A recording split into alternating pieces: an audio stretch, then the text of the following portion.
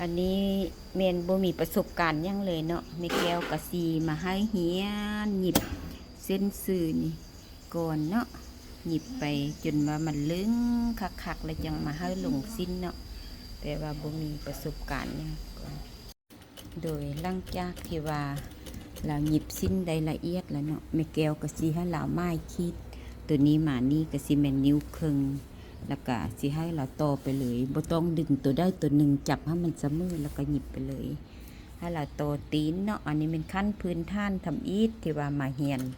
หยิบยังบ่เป็นเฮ็ดยังบ่เป็นแม่แก้วก็สิซ่อนแบบนี้แหละหนาวแอวสาวเป็ดมาห้านสี่สาวเป็ดมาห้านสี่ได้7เถื่อเนาะ7 4สาวเป็ดเซตซุ่นก็เท่ากับ7นิ้วเนาะตัวนี้อันนี้สะโพกเราได้36เนาะมาห้านให้4เก้า36เซตซุ่นเท่ากับ9นิ้วเนาะอันนี้เป็นหลักการเหมือนเนาะเจ้าสีห้านหรือว่าเจ้าที่ถกเสือกวัดก็คือกันเนาะคือสมมุติถ้าเจ้าถกเสือกวัดนี่ถกเสือกวัดกับเอวได้28เหมือนบอก28อยู่บนนี้เนาะเขาก็มาทุบ4เทื่อดิสิทุบแบบนี้เนาะดิทุบให้มาฮอด28นี่บอกแล้วก็มาจับนี่แล้วมาใส่สุกตัวนี้ดิมันก็สิได้7เทื่อเนาะดิมันออกมาโทกันแล้ววันนี้สะโพกเพิ่น36เนาะ36เขาก็สิจับมา36อยากเห็ดแบบได้ก็ได้เนาะแบบได้ง่ายก็สิเอาแบบนั้นดิ36มันอยู่นี่เนาะดิเขาก็สิมาเปะ36นี่แล้วก็รูปออกมาจำนี่เนาะแล้วเขาก็สิมาทบอีกเทื่อนึงมาสุบซะนี่เห็นบ่ดิมันก็สิได้9นิ้วเนาะอันนี้ซ่องอันนี้ห้ามห้านโทรศัพท์เด็ดขาดเนาะคันห้ามโทรศัพท์แปลว่าตัวเลขเคลื่อนผิดหมดอันนี้เขาเหียนเป็นนิ้วเขาบ่ได้เหียนเป็นเส้นเนาะเขาเหียนเป็นนิ้วอันนี้มันทึกตรงเจ้าสิห้านหรือว่าเจ้าทุบเสียกวัดมันก็สิออกคือกันแล้วก็บัดนี้30ซ่องยาว30ซ่องเขาก็ได้30ซ่องอันนี้ปลายขั้วก็เป็นปลายขั้วบัดนี้อยากได้ข่มกวงของสิ้นเอาเอวแม่นบ่เอวได้28สะโพกได้36มาบวกให้กันได้64มา64มาห้านซ่อง3ซ่อง6เซตซุนซ่อง4เซตซุนบัดนี้ห้านออกมาแล้วก็มาลบให้นิ้วครึ่งเนาะลบให้นิ้วครึ่งนี่เขาสิลบเสือกวัดพี่เนาะ30ซ่องมันอยู่บนไหน30ซ่องมันอยู่บนนี้แม่นบ่มาลบให้นิ้วครึ่งมันอยู่บนนี้มันสิเหลือ30ครึ่งเนาะ30ซึ่ง30ครึ่งนี่มันข่มกวงของสิ้นแล้วเขาก็สิมาแทกตัวข่มกวงของสิ้นอยู่บนนี้แม่นบ่เด้พอดีมันได้30ซ่องเขาก็เอาเลยเพื่ออันน่ะตัวนี้มันได้30เนาะเขาเพื่อแล้วเขาสิแซกเอาเขาก็สิมาตัดนี่เลยตัวนี้มันสิตัดออกเนาะหลังจากได้ข่มกวงแล้วเขาจังมาแทกข่มยาวเนาะโอเคบัดแล้วเขาแทกได้ข่มกวงแล้วเนาะข่มกวง30ซ่องแล้วมาลบให้นิ้วครึ่งมันสิออกอยู่30ครึ่งเขาก็เอา30ซ่องเลยแล้วเขาก็จังเอามาไว้แซกเนาะอันนี้ตัดข่มกวงก่อนเนาะตัดข่มกวงแล้วเขาจังมาตัดข่มยาวบัดนี้โอเคตัดออกเลยบัดนี้เขาก็แทกตีนขึ้นมาเนาะ30ซ่องเลยมันอยู่บันได30ซ่องเอาพอดีเลยเนาะหัวแม่นบ่ไหลแม่นไหลเต็มเลยโดย30ซ่องฮอดนี้แล้วเจ้ากะสิมาแทกมาโดยแทกมา30ซ่องอยู่บนนี้แล้วก็คีดเนาะแทกมาแล้วก็คีดแล้วก็จังตัด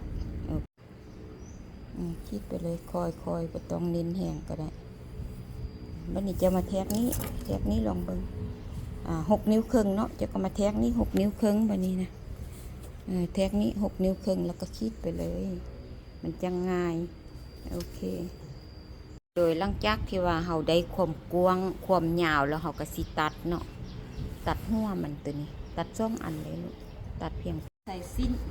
มี FC ผู้นึงแล้วก็เป็นสร้างตัดเครื่องนี่แหละแล้วว่าแม่แก้วอย่าสุเขียนจะสิ้นลูกค้ามันสิเปื้อนแล้วว่าเขียนเจียเอาก็เลยว่าโอ้โดยลูกสิเขียนแม่สิเขียนเจียดอกบัดนี้นะเพิ่นเป็นห่วงยันสิ้นลูกค้าเปื้อนเพิ่นว่าเจ้าห้องสิ้นลูกเดียวสิ้นธรรมดาเนาะอันนี้ความกว้างก็ได้แล้วความยาวก็ได้แล้วบัดนี้เฮามาเต็มทำอิฐทำปกติเฮาก็จงตัวนี้ครึ่งนิ้วโดยแล้วเฮาก็มาเอาตามที่ว่าเฮาเต็มเฮาคิดไหลเนาะอันนี้ก็สะโพกเราได้36ก็เอาลง6ครึ่งเนาะตัวนี้อันนี้เอาลง6ครึ่งนะโอเค คิดจะเสียอีกคิดจะสิ้นอีกแล้ว เอาลงหกครึ่งตัวนี้แล้วก็มาคิดนี่ก่อนคิดนี่เนาะแล้วสะโพกเราได้เกานิ้ว36มาห้านได้เกานิ้วเนาะเราก็มาคิดบนเกานิ้วนี่อันนี้เป็นเกานิ้วเขาคิดนี่แล้วเขาก็สิมาคิดนี่เนาะคิดนี่ไว้เลยคิดนี่แล้วล่ะเขาสิมาคิดแอลวันนี้แอลเราได้7 นิ้วเนาะ7 นิ้วเขาก็สิมาแทกเอาตัวนี้เป็นแกนใจกลางเลยเนาะทุบครึ่งปลายซ้ายก็ได้ปลายขั้วก็ได้เด้อตัวนี้7 นิ้วเนาะ7 นิ้วแล้วเขามาแบ่งตัวนี้ธรรมดาแบ่ง3 ครึ่งบ่แบ่งเนาะเอาสิแบ่งเอาตัวนี้3แล้วให้ตัวนี้มันลายก่อนวันนี้เจ้ายักได้กีบทางล่างเจ้าสิเฮ็ดแนวใดเจ้าต้องมาแทกตัวนี้มานี่ก่อนเนาะตัวนี้มานี่มันได้2 นิ้วเจ้าสิเอาตัวนี้นี่เอา3กระเบียดเนาะออกกีบทางล่างเนาะกีบทางล่าง3กระเบียดเจ้าก็มาเฮ็ดตัวนี้เลยถ้ามันได้3กระเบียดแล้วเขาจะมาขีดกลางแล้วตัวนี้เอาลง4 นิ้วครึ่ง4 นิ้วครึ่งแล้วเขาก็สิขีดนี่ตัวนี้มันขีดเพื่อหยังหยิบบ่ให้กายเนาะแล้วก็สิเต็มเป็นขีดแบบนี้วันนี้จักได้เก็ดตัวนี้แม่นบ่ตัวนี้มันเลื่อนนิ้วนึงเขาก็ต้องเอาออกมานี่นิ้วนึงเนาะนิ้วนึงแล้วเขาก็สิมาใส่ไม้บรรทัดกงบัดนี้นะเอาสิกงอยู่บันไดให้มันกงงามประมาณเลขเก่าเนาะเจ้าก็กงมานี่แล้วเจ้าก็พับมานี่พับมานี่ก็สิกงมานี่โตเนาะนี่ถ้าเจ้าว่าเฮ็ดกีบแบบใดเฮ็ดแบบนี้เนาะกีบมันหั่นน่ะบัดนี้ได้กีบ2กีบนี่เราเจ้ายักได้กีบหน้าแม่นบ่ยากเจ้ามาแทกนี้มานี่มันได้เท่าไหร่กีบนี้มานี่มันได้4 นิ้วแม่นบ่4 นิ้วเจ้าก็เอาแทกมานี่ให้มันได้4 นิ้วแล้วเจ้าก็มาไม้ตัวนี้วันนี้ข่มกวงมันได้มาตรฐานแล้วเจ้าก็มาคิดนี่นิ้วนึงแล้วก็มาแบ่งครึ่งตัวนี้เพราะว่าขันท่าข่มกวงบ่ได้มาตรฐานจะเอาครึ่งนิ้วก็ได้แต่ว่าอันนี้ข่มกวงจะได้มาตรฐานแล้วจะเอานิ้วนึงไปเลยเนาะแล้วเจ้าก็มาคิดนี่เลยก็เป็นอันแล้วเนาะง่ายๆแล้วก็มากิ้งแล้วก็ไปยิบโอเคหมดได้6 ลูกสิ้นสำเร็จนั้นเต็ม3 ลูกเนาะแล้วก็กิ้งอีก3 ลูกก็แปลว่า6 ลูกก็จังเป็นสิ้นสำเร็จเนาะโดยกิ้งเทื่อเดียวก็ได้เพราะว่ากิ้งไล่เทื่อมันสิเป็นไล่ของเนาะกินของละเทื่อแต่ว่าเฮาเน้นแห้งๆโดยเน้นแห้งๆลูกกิ้งธรรมดาก็กิ้งไปหน้าอันนี้ลูกกิ้งกับล่าง ลูกกิ้งกับล่างอันนี้กิ้งนี่พร้อมทิ้งแล้วเธอหนึ่งแม่นบอกโอเคปื๊ดเบิ่งเดี๋ยวปะนี่เด้บ่ออก ลูกมันบ่แห้งเด้ลูกกิ้งแล้วก็มัน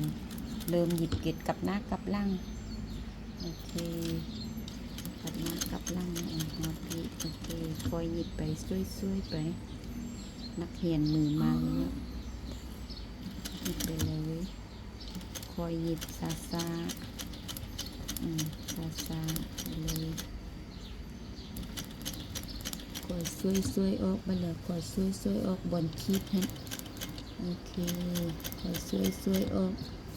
โอเคช่วยออกเลยหยิบไปเลยโอเคหยิบออกยกขึ้นยกแบนขึ้นมันโอเคหยิบดูประมาณ2 นิ้วเนาะหัวธรรมดา2 นิ้วกับ3 กระเบียด2 นิ้ว3 กระเบียดแล้วตัวนี้นี่ครึ่งนิ้วโยมาคืออันนี้ก็ครึ่งนิ้วแล้วตัวนี้ก็ครึ่งนิ้วนะแล้วเขาก็สิกิ้งครับมันเป็นสิแล้ววันนี้เขาบยักกิ้งเขาก็คิดนี่เลยแล้วนี้ก็ตัดออกครึ่งนิ้วตัวนี้ก็คิดมานี่เลยนิ้วนึงแล้วเขาก็จิบมาตัดตัวนี้ออกวัน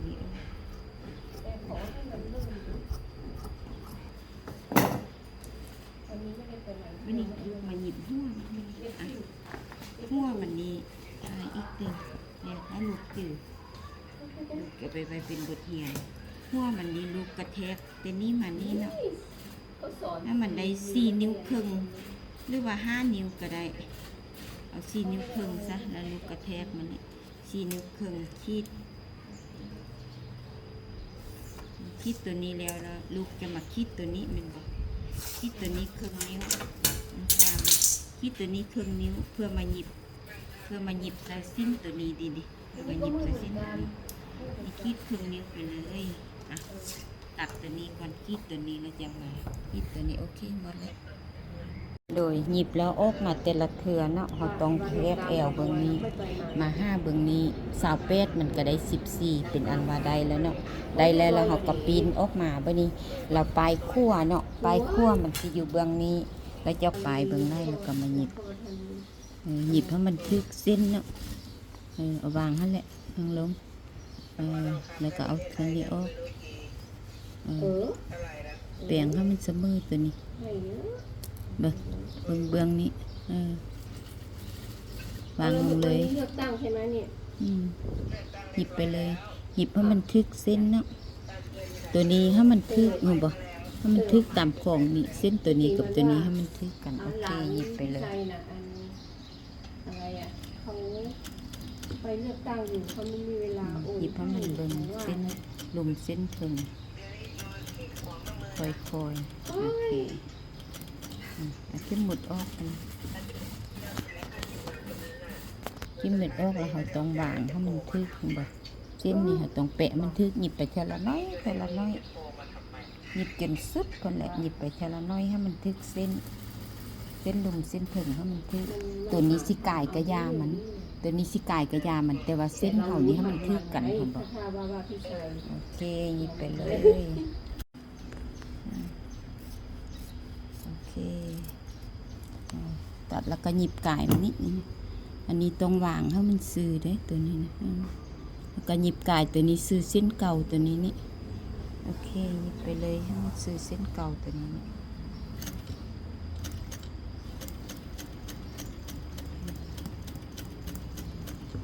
หยิบกายไปอีกโอเคตัวนี้หลังจากหยิบแล้วก็เอาลูกนี้ให้เอาขึ้นเข่งหมดเนาะขึ้นเข่งหมดแล้วก็มาหยิบตัวนี้บ่ต้องกลับหน้ากลับหลังเลยหยิบไปเลยเพราะว่าคันมันเป็นยั่งแล้วเราสิได้มาแก้ไขตัวนี้หยิบมาพี่หยิบเลยมันซื้อบ่ซื้อแล้วมันสิ้นหัวเบี้ยวเลยแหละแล้วก็หยิบไปเลยบ่ท่ากลับหน้ากลับหลังตัวนี้เพราะว่ามันเป็นยั่งมาแล้วเราสิแก้เก็บหมดออกโอเคหยิบเป็นจำลุมกันหยิบนั่นแล้วก็กลับหน้ากลับหลังอันนี้แทกนี่มานี่เนาะให้มันได้นิ้ว1กับ2ขีดแล้วมาแทกนี่3นิ้วแล้วเจ้ากะรีดตัวนี้ให้มันเพียงเนาะก่อนสิเข้าห้วนรีดตัวมือเพียงแล้วจังมารีดตัวนี้บัดนี้รีดตัวนี้จนสุดไปพุ่นแหละไปรีดเลย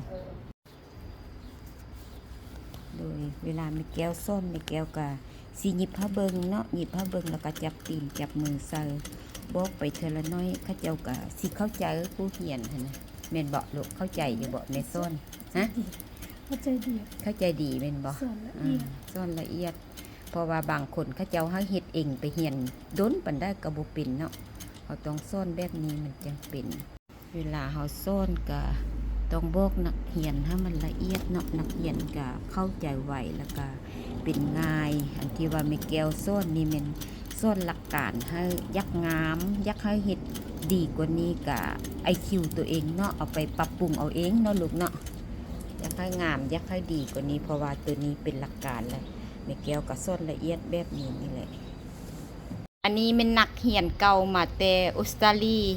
เพิ่นหยิบเก่งแล้วตะกี้แล้วเพิ่นก็มาหยิบสิ้นเพิ่นเองเนาะหยิบสิ้นหัวก้อยธรรมดาอันนี้บ่แม่นหัวก้อยเพียงเนาะเพิ่นว่าเอาหัวก้อยธรรมดาเอาว่าซั่นก็เลยว่ามาแล้วแม่แก้วสิเก็บแท้เบิ่งเนาะพอดีเล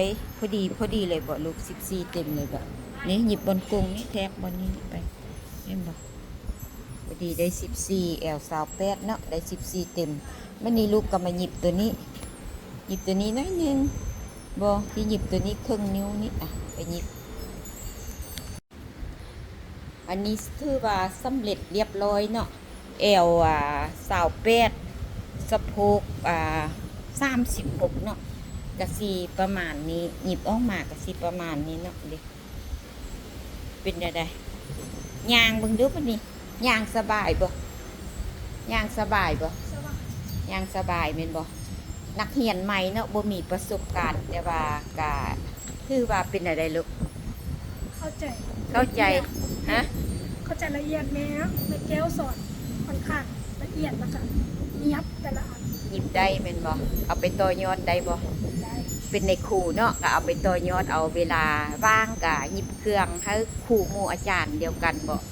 แล้วก็เก็บทึกๆก่อนเนาะลูกเนาะต้องบ่ต้องเอาแพงเอาหลายๆเทื่อแล้วก็จังเอาค่าได้ค่าเข้มเลยจังเอาแพงเนาะโอเคคลิปนี้ก็สิจบแต่เพียงเท่านี้เนาะมื้อนี้บ่มีมือกลองแม่แก้วถ่ายเองเนาะ โอเคขอบใจหลายๆที่กดติดตามคลิปแม่แก้วพออยากฮู้ทักมาเบอร์ใดชื่ออยู่บ่4249561เนาะเบอร์นักเรียน เข้าไปในเพจไปสมัครอยู่หั่นแล้วก็ทักเข้าเบอร์94249561เนาะโอเคบ๊ายบายเด้